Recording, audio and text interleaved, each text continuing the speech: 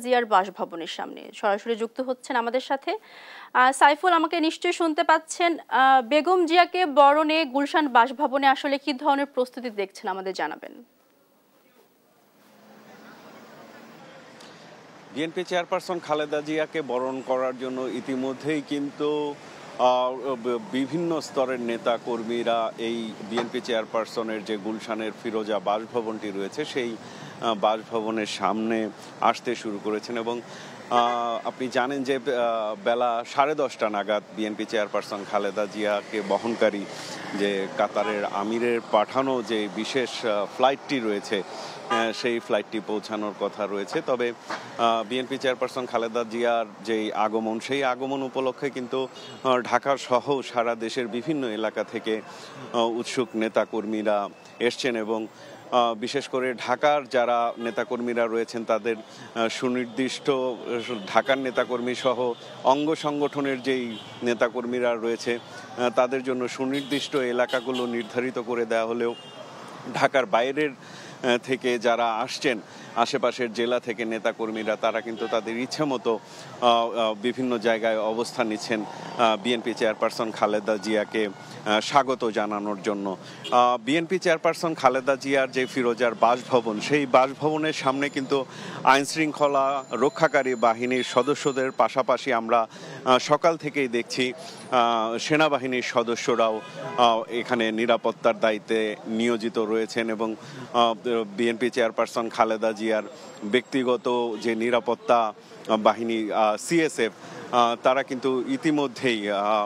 সকাল 7:30টার সময় BNP chairperson Khaleda জিয়াকে বহনকারী যে গাড়িবহর সেই গাড়িবহর নিয়ে হজরত শাহজালাল আন্তর্জাতিক বিমানবন্দরের উদ্দেশ্যে রওনা করেছেন এবং বিএনপি চেয়ারপারসন খালেদা জিয়ার জন্য দুটো গাড়ি প্রস্তুত করে রাখা হয়েছে তাকে বরণ করতে এবং তিনি যেই গাড়িতে উঠতে স্বাচ্ছন্দ্য বোধ করবেন সেই গাড়িতেই কিন্তু তাকে বরণ করা হবে এবং এই তার বিএনপি চেয়ারপারসন খালেদা জিয়ার আগমনকে কেন্দ্র করে আমরা যদি একটু আশেপাশে দেখানোর চেষ্টা করি যে ইতিমধ্যেই কিন্তু বিভিন্ন স্তরের নেতাকর্মীরা এই গুলশান এলাকায় অবস্থান নিয়েছেন এবং নেতাকর্মীদের উদ্দেশ্যে কিন্তু গত 2 দিন ধরেই বিএনপির শীর্ষ পর্যায় থেকে এবং বিএনপি মহাসচিব মির্জা ফখরুল ইসলাম আলমগীরও যেটি আহ্বান জানিয়েছেন যেহেতু একটি কর্মব্যস্ত দিন এবং পাশাপাশি আজকে এসএসসি পরীক্ষা রয়েছে এসএসসি পরীক্ষার্থীদের সুবিধার্থে এবং যানবাহন চলাচলে যেন কোনো বিঘ্ন না ঘটে সেই বিষয়টি কিন্তু বিবেচনায় রেখে নেতাকর্মীদের সড়কের দুই পাশে অবস্থান নেওয়ার কিন্তু আহ্বান জানানো হয়েছে এবং বিএনপি চেয়ারপারসন খালেদা জিয়াকে বহনকারী যেই গাড়িবহর সেই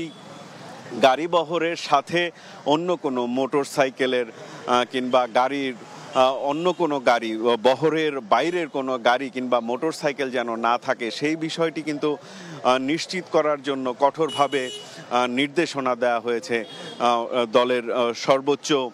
পর্যায় থেকে এবং বিএনপি নেতাকর্মীদের যেটি বলা হয়েছে যে সড়কগুলোতে যেন তারা বিক্ষিপ্তভাবে চলাচল করে সড়কে কোনো ধরনের যান চলাচলের প্রতিবন্ধকতা সৃষ্টি না করে যেন স্বাচ্ছন্দ্যে সাধারণ মানুষের চলাচল যেন নিশ্চিত করা যায় সেই বিষয়টি নিশ্চিত রেখে বিএনপি চেয়ারপারসন খালেদা জিয়াকে স্বাগত জানানোর জন্য রাস্তার দুই পাশে দাঁড়ানোর আহ্বান জানানো হয়েছে। আর বিএনপি চেয়ারপারসন খালেদা জিয়া কিন্তু এই বছরেরই 8 জানুয়ারি লন্ডনে উন্নত চিকিৎসার জন্য যান এবং আপনি যেমনটি জানেন যে 8 জানুয়ারি লন্ডনে পৌঁছানোর পর তাকে দ্য লন্ডন ক্লিনিকে ভর্তি করা হয় এবং সেখানে প্রায় 17 দিন চিকিৎসা শেষে বিএনপির ভারপ্রাপ্ত চেয়ারম্যান তারেক রহমানের বাসায় ছিলেন এবং প্রায় 4 মাস পর চিকিৎসা শেষে দুই পুত্রবধূ ডাক্তার জুবাইদা রহমান এবং শামিলা রহমানকে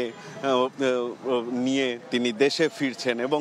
ইতিমধ্যেই সব ধরনের প্রস্তুতি শেষ হয়েছে এবং বেলা 10:30টার দিকে বিএনপি চেয়ারপারসন খালেদা জিয়ার যে বহনকারী যে বিমানটি সেটি অবতরণের কথা রয়েছে হজরত শাহজালাল আন্তর্জাতিক বিমানবন্দর এবং সেখান থেকে তাকে স্বাগত জানিয়ে এই ফিরোজার বাসভবনে নিয়ে আসা হবে। মারজান। সাইফুল, আপনাকে ধন্যবাদ। দর্শক, বেগম জিয়ার আগমনের প্রস্তুতি সম্পর্কে জানাচ্ছিলেন আমাদের সহকর্মী সাইফুর রিপন।